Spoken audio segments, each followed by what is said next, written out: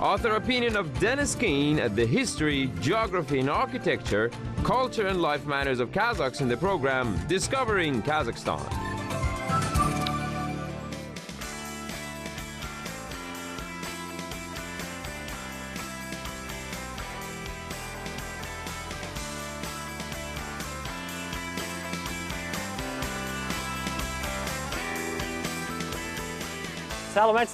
Здравствуйте and hello.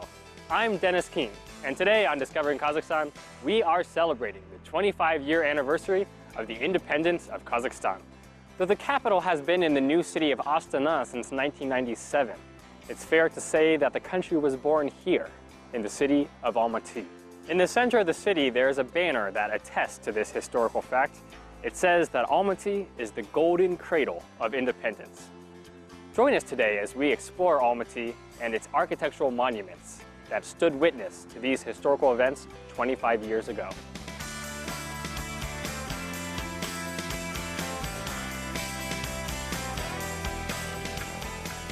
Many trace the path to Kazakhstan's independence back to December of 1986, when thousands of students gathered in what was the new square of Almaty to demand that their voices be heard by the Soviet government.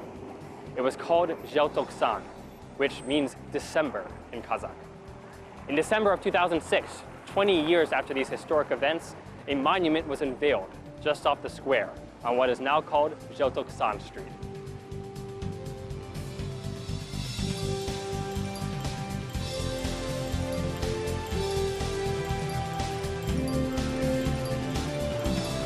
The monument is called the Dawn of Freedom, and in it we can see a young woman with symbols of peace in her hands, breaking away from the ideologies of the past towards a new day.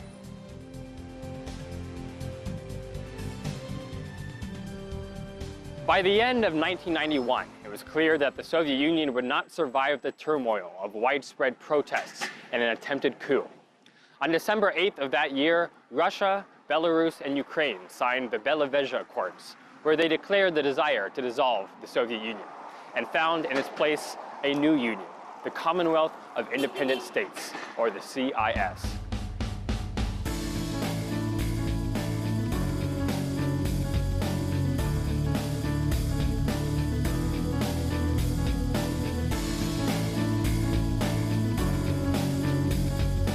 It was only on December 21st that leaders from the plurality of Soviet republics that were required to dissolve the Union came to this city, then called Almaty, to sign the Almaty Declaration, breaking up the USSR and replacing it with the CIS. This document ended perhaps the greatest political experiment of all time, and it was signed and drafted here at Almaty's House of Friendship.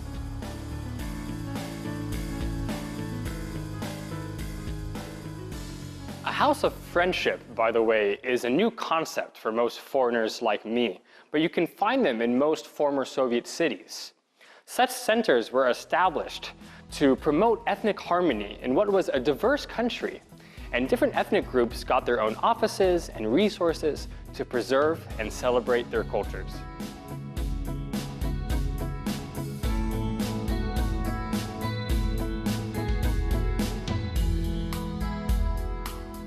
Wow. It's amazing to think that such a transformative document was signed in this room, quietly dissolving the Soviet Union.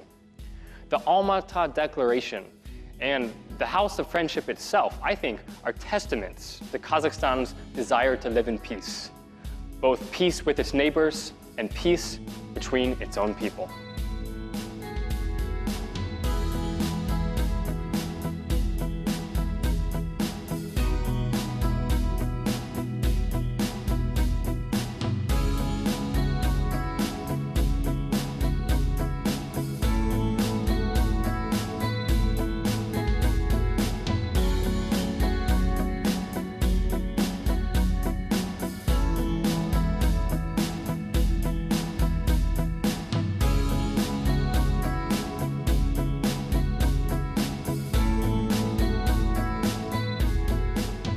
There are few buildings that have witnessed as many historic events in the life of Kazakhstan as this one. Now a private university, it was built in 1956 as the House of Government, and it was home to the highest organs of the Kazakh Communist Party.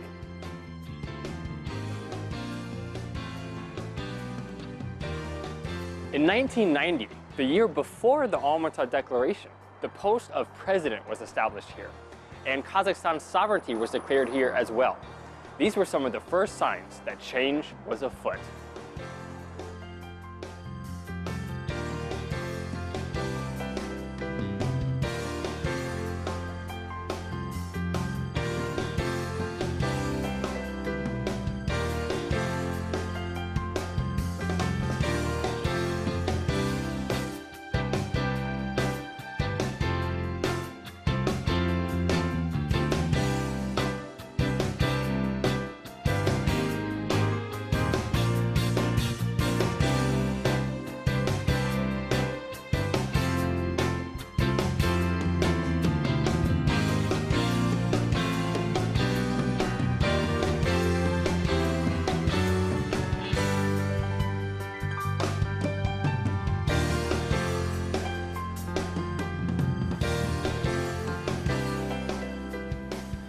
If you think about it, in the history of the modern world, it's really rare for an entirely new state to just come into being. But just such a remarkable event took place in this room, the round hall of the former House of Government. At this desk on December 16th, 1991, 5 years to the day after Joly, a law was signed declaring the independence of the Republic of Kazakhstan. This is where it all began.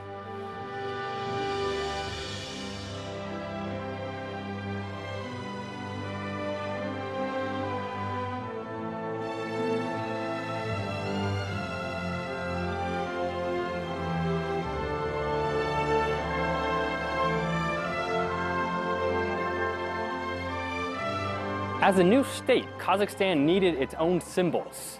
A flag to fly, a song to sing, a seal to stamp. So that very first year of independence, in 1992, several contests were held to find these symbols. And finally, on June 4th, in a quiet ceremony, the Supreme Council, as the parliament was then known, approved the very first state symbols of the Republic of Kazakhstan.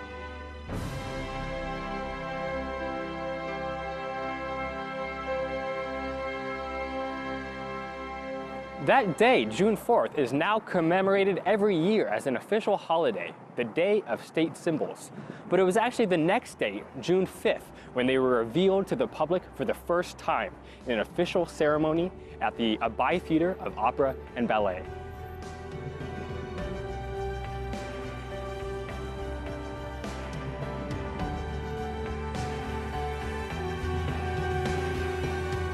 Though the Declaration of Independence and the Constitution were of course landmark documents, sometimes it's just the change of the name on a map that really tells you that the world has truly been transformed. I remember when I was a kid, I would dig through old atlases, and some of the maps said USSR, and some of the maps had all these new countries that ended in Stan. I always wondered, what happened? That change happened here. On December 10th, 1991, in this building, a document was signed declaring that the Kazakh Soviet Socialist Republic would be renamed to the Republic of Kazakhstan. The building is now called the Akimat, or the Almaty City Hall. When it was built in 1980, its 35,000 square meters of floor space made it the largest building ever built in Kazakhstan. When Nursultan Nazarbayev was chosen as the first democratically elected leader of Kazakhstan, he needed a house that was befitting a president. From 1991 to 1994, he got to call this place home.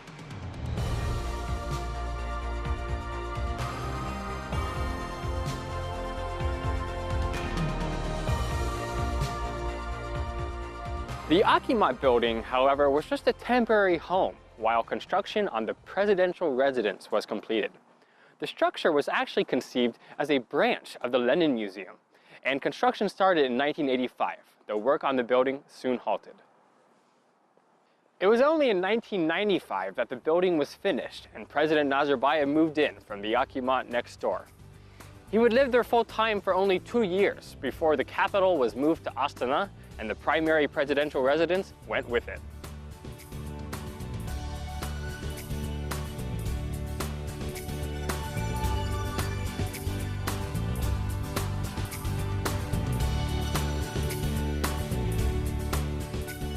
We've now visited several sites together where Kazakhstan made its historic entry onto the world stage, but there's one monument to independence that we have yet to visit, the actual Independence Monument in the square of the Republic. The monument consists of a Scythian warrior and a winged snow leopard, all perched atop a 28-meter-tall stela that was inspired by the obelisk of Luxor, Egypt, where Nursultan Nazarbayev visited on one of his first trips abroad as president of Kazakhstan.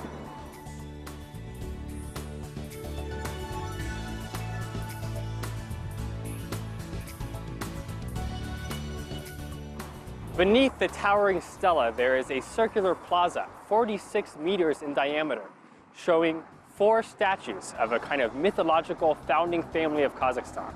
On one side, we have Wise Man Heaven, on the other, Mother Earth. And in the front, 2 young boys riding foals, symbolizing the young generation of this new country.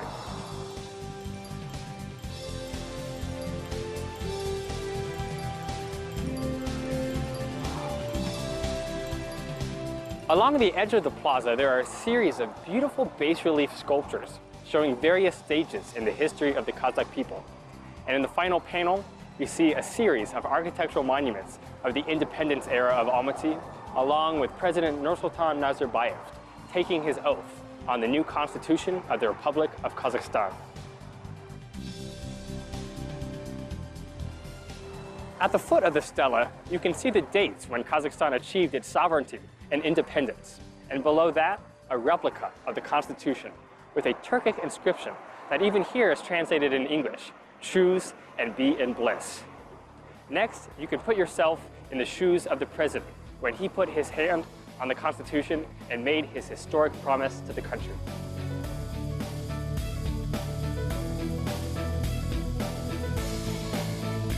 Though the capital would move to Astana in 1997, the Independence Monument remains a major symbol of the country, and Almaty itself remains the largest urban center of Kazakhstan. High-rise office buildings bloomed here throughout the second decade of independence, proving Almaty to be the economic engine that moves the country forward.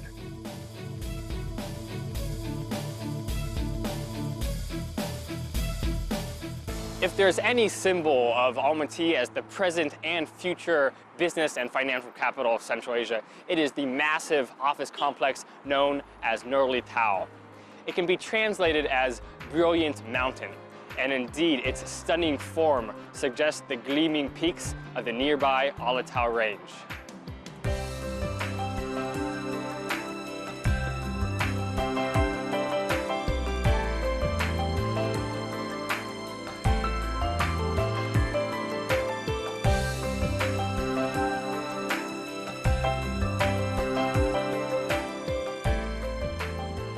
Walking through this maze, 28 hectares of glass buildings, it's easy to feel hypnotized by the scale of the project. Indeed, the builders of Joly call it a city within a city, with everything an office worker might need, from cafes to beauty salons. What I like about the building is that it's really unlike anything else I've ever seen in Almaty. And for that reason, it suggests a new future for the city and for Kazakhstan.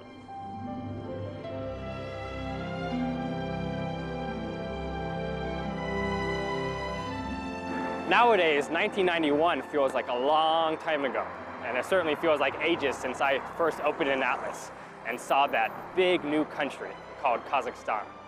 In those 25 years of independence, Almaty has come a long way, became a capital of a brand new state, and a modern city of global stature. But what do the next 25 years hold? If you want to get a glimpse, come to the upper reaches of the city, to Al Farabi Highway, where there's constantly noise and movement, construction, and ambitious new projects. This is the future of the city, of a country that never stops dreaming. I'm Dennis Keene. Thank you for joining us today on Discovering Kazakhstan. Sağ olunuz, до свидания, and goodbye.